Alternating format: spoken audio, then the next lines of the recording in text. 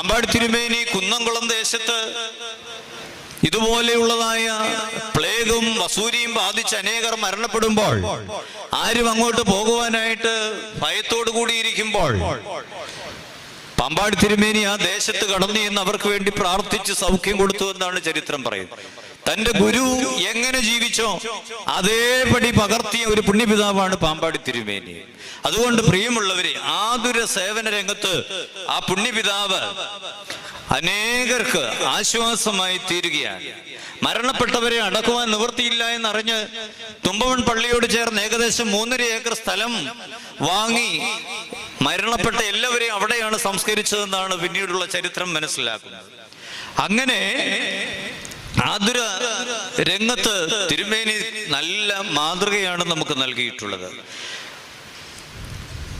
ഒരു ഭക്തനായ ഒരു മനുഷ്യൻ